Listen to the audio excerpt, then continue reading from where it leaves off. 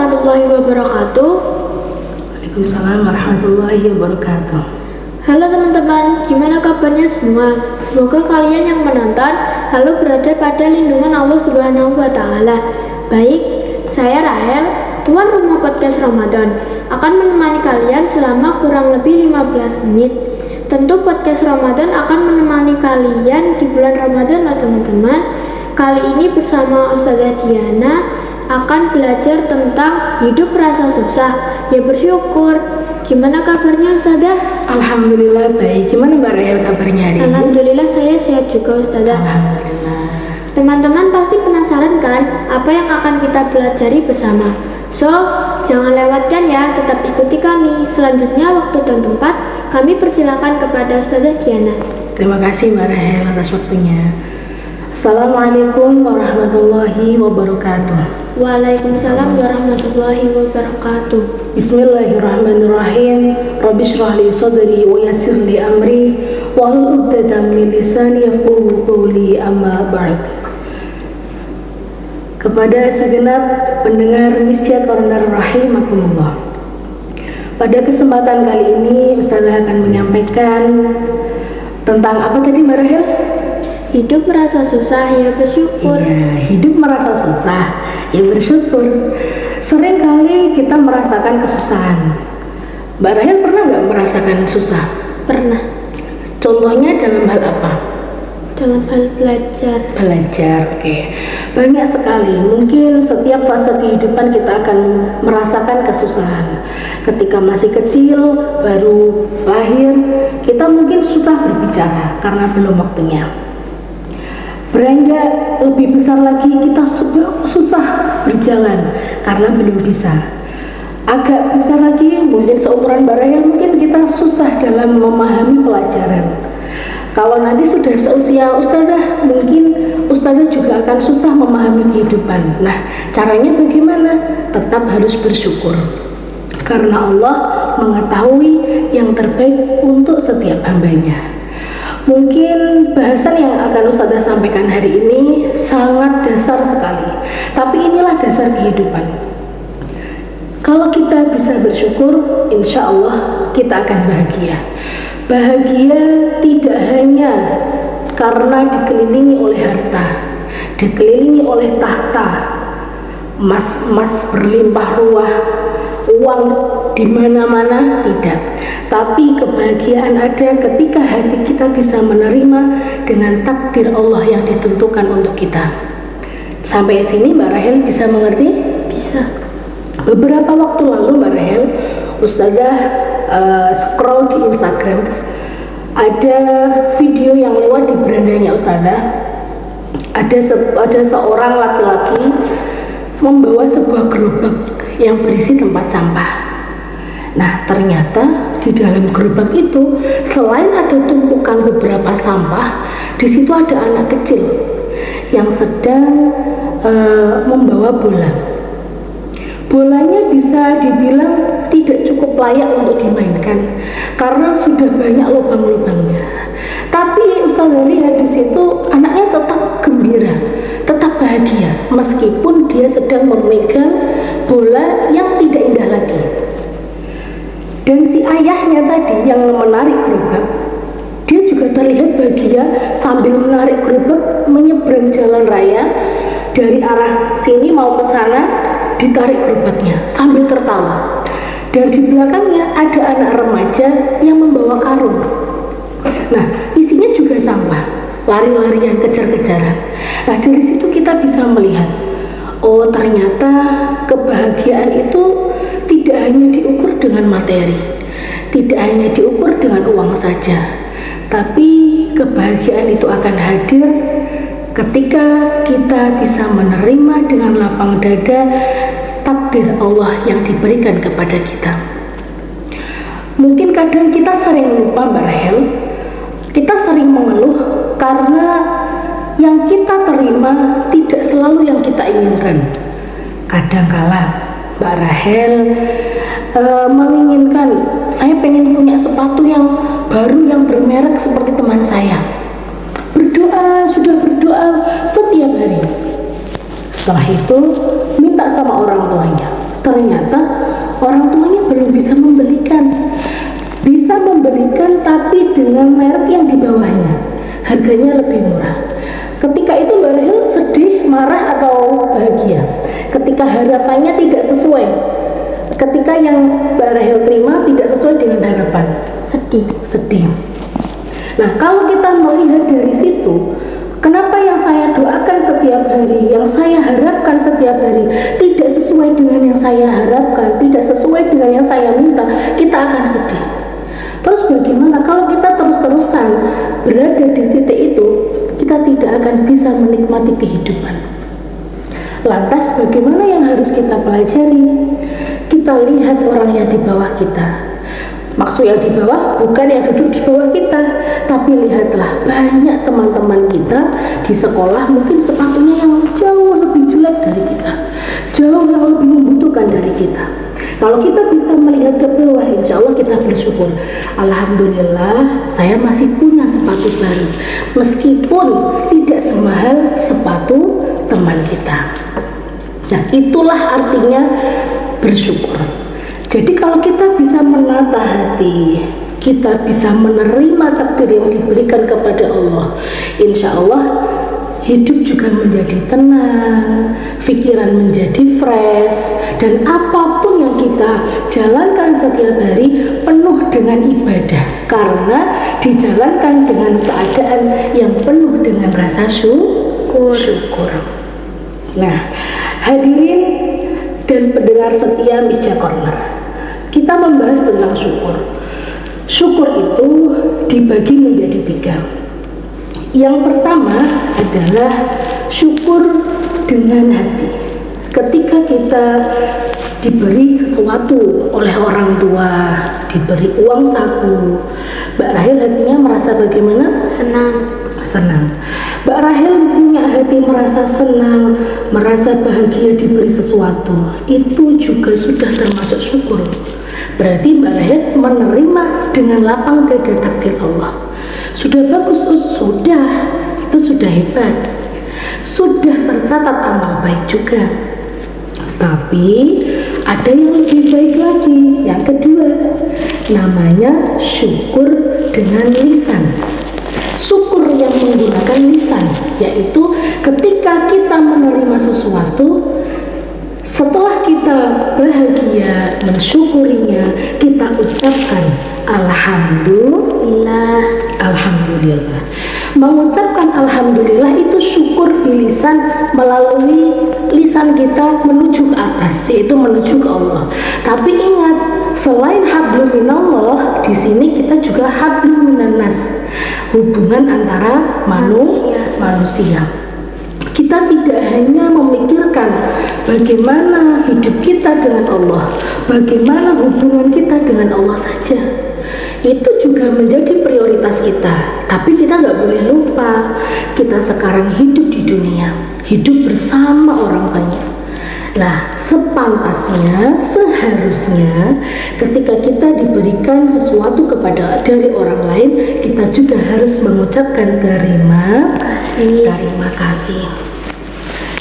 Kalau Mbak Rahel bisa mengucapkan terima kasih, Mbak Rahel mendapatkan pahala yang berlipat-lipat. 1, Mbak Rahel mendapatkan pahala karena telah bersyukur. Yang kedua, Mbak Rahel mendapatkan pahala karena menyenangkan hati orang lain, yaitu bilang terima kasih. Bilang terima kasih itu tidak hanya untuk orang tua saja yang di atas kita. Ketika ada teman yang membantu, mungkin Mbak Rahel piket, ternyata teman piketnya banyak yang nggak hadir, akhirnya teman yang lain yang membantu. Mbak Rahel bilang terima kasih ya. Gimana kira-kira hati teman-temannya? Senang. Ketika hati teman-temannya merasa dihargai, dia akan membantu lagi. Oh, Mbak Rahel berarti senang ya kalau saya bantu. Nah, akhirnya besok dibantu lagi tanpa Mbak Rahel minta. Itulah pentingnya hablum minannas, hubungan dengan manusia. Jadi kita harus memprioritaskan hubungan dengan Allah, tetap mengucapkan Alhamdulillah dan menerima takdir dari Allah, tapi kita tidak boleh lupa hablum minannas, hubungan kita dengan sesama manusia. Karena pasti di pelajaran sehari-hari kita Mbak Rahel sudah belajar kalau manusia adalah makhluk Sosial. makhluk sosial. Makhluk sosial itu yang bagaimana Mbak Rahel? Yang tidak bisa hidup sendiri. Iya, pintar.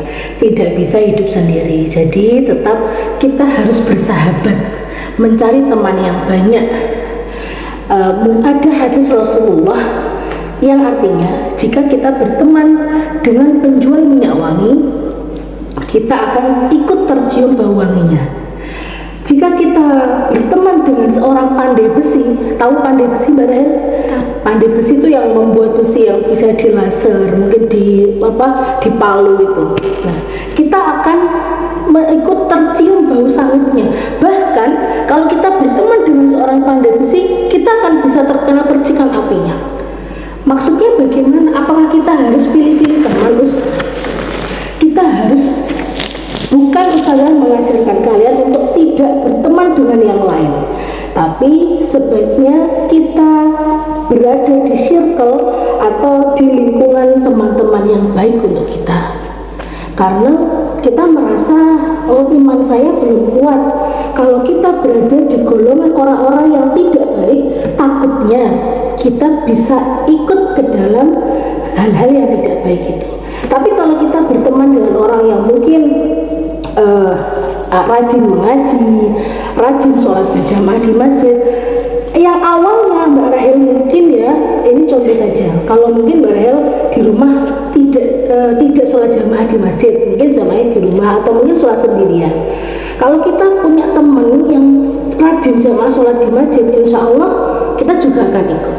Nah gitu ya, jadi kita tetap harus membiasakan berteman dengan orang-orang yang baik agar kita juga ikut baik.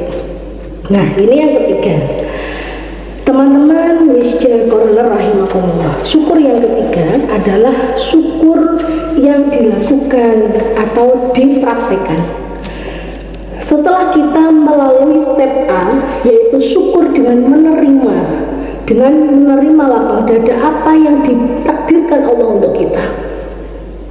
Lantas kita mengucapkan alhamdulillah, itu yang step yang kedua. Selanjutnya kita praktekkan, kita amalkan. Dengan cara apa? Mungkin Mbak Rahel punya wajah yang cantik, diberikan wajah yang lengkap, organ tubuh yang lengkap. Selain kita bahagia, kita mengucapkan alhamdulillah, buatlah organ tubuh kita ini juga untuk beramal. Contoh, bibir saja, ini kecil saja, kita gunakan bibir ini untuk tersenyum kepada orang lain. Itu juga termasuk syukur yang dengan perbuatan, jadi dipraktekkan. Tidak hanya, oh saya senang dikasih wajah yang sempurna, dikasih organ yang lengkap, saya sudah bilang alhamdulillah sama Allah, saya juga sudah terima kasih kepada orang tua. Tidak cukup sampai di situ, tapi harus dijaga. Bisa Mbak Rahel? Bisa. Kira-kira sampai di sini ada yang ingin Mbak Rahel tanyakan nggak? Tidak. Oke, langsung kita lanjutkan lagi ya. Hadirin yang dirahmati Allah. Mungkin beberapa waktu lalu kita sudah melewati bulan-bulan yang ada bulan Rajab, ada bulan Sya'ban, dan hari ini kita berada di bulan Ramadan.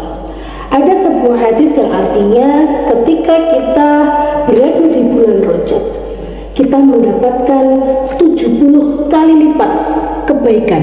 Jadi ketika Mbak Rahel ini melakukan satu kebaikan saja akan dilipat gandakan menjadi 70. Nah, senang nggak Mbak Rahel? Senang. Nah, kalau kita berada di bulan Sya'ban, bulan lalu baru saja kita lewati. Nah, ketika kita melakukan satu kebaikan saja, kita akan ditingkatkan 700 kali lipat, lebih banyak lagi. Mbak Rahel senang? Tambah senang. Untuk apa sih kita ditunjukkan? Nanti kita beribadahnya karena pahala dong, gak karena Allah. Makom kita, tingkatan kita belum siap, belum nyampe. Kalau kita beribadah tidak diiming-iming, tidak apa-apa kita tanya misalkan, kok setiap hari kita sholat duha, kenapa Us kita sholat duha di sekolahan, boleh ditanyakan, kira-kira fadilahnya apa ya Us? Kalau kamu sudah dikasih tahu fadilahnya, hikmahnya, pahalanya, kita akan lebih semangat. Mungkin kalau orang-orang alim al-alama, orang yang imannya lebih tebal dari kita, nggak perlu seperti itu, karena yakin bahwasanya Allah pasti akan membalas semua kebaikan di dunia. Tapi kalau seperti ustazah, seperti kita semua, mungkin kita perlu iming-iming. Oh ini loh, nanti kalau kamu sholat duha itu kamu akan diberikan hadiah seperti ini. Oh nggih, kalau gitu saya semangat sholatnya. Nah sama, ini ustazah tunjukkan kalau di bulan Ramadan ini minimal kita akan diberikan pahala 1000 kali lipat. Minimal, itu minimal saja. Terus berarti ada yang lebih banyak? Ada. Kapan lagi kita sholat 2 rakaat dihadiahi, dicatat amalnya seperti 2000 rakaat? Kapan lagi kita bisa sholat 2000 rakaat kalau tidak di bulan Ramadan? Nah, untuk menyikapi ini, terus bagaimana Us? Ini juga termasuk rasa syukur kita. Rasa syukur menggunakan perbuatan, yaitu dengan cara kita gunakan bulan Ramadan ini untuk melakukan ibadah-ibadah yang baik. Kita tabung, mumpung ini adalah diskon, bukan diskon ya, apa ya? Ini banyak sekali promo, jadi satu kali ibadah dilipat gandakan. Mumpung ada kelipatan itu, kita banyak-banyak melakukan ibadah. Itu termasuk syukur yang ketiga. Oke, mungkin cukup itu saja yang Ustazah sampaikan hari ini. Semoga bermanfaat. Mbak Rahel, sampai sini ada pertanyaan? Tidak. Oke, untuk menutup hari apa yang Ustazah sampaikan hari ini, Ustazah ingin menyampaikan di mana kita dilahirkan adalah takdir, bagaimana kita tumbuh adalah proses, seperti apa kita di hari tua adalah keputusan. Silakan kita pilih apa yang kita inginkan untuk masa depan dan masa tua kita, menjadi baik, lebih baik, atau jauh lebih baik. Mungkin itu saja yang dapat Ustazah sampaikan. Wassalamualaikum warahmatullahi wabarakatuh. Waalaikumsalam warahmatullahi wabarakatuh. Demikian kiranya teman-teman podcast Ramadan kali ini bersama Ustazah Diana tentang hidup merasa susah, ya bersyukur. Terima kasih sudah mengikuti selama kurang lebih 15 menit. Terima kasih juga Ustazah Diana yang berkenan berbagi ilmu. Sama-sama Mbak Rahel. Saya tuan rumah podcast Ramadan izin undur diri. Tetap stay tune ya di channel Misjah Corner. See you next time. Wassalamualaikum warahmatullahi wabarakatuh. Waalaikumsalam warahmatullahi wabarakatuh.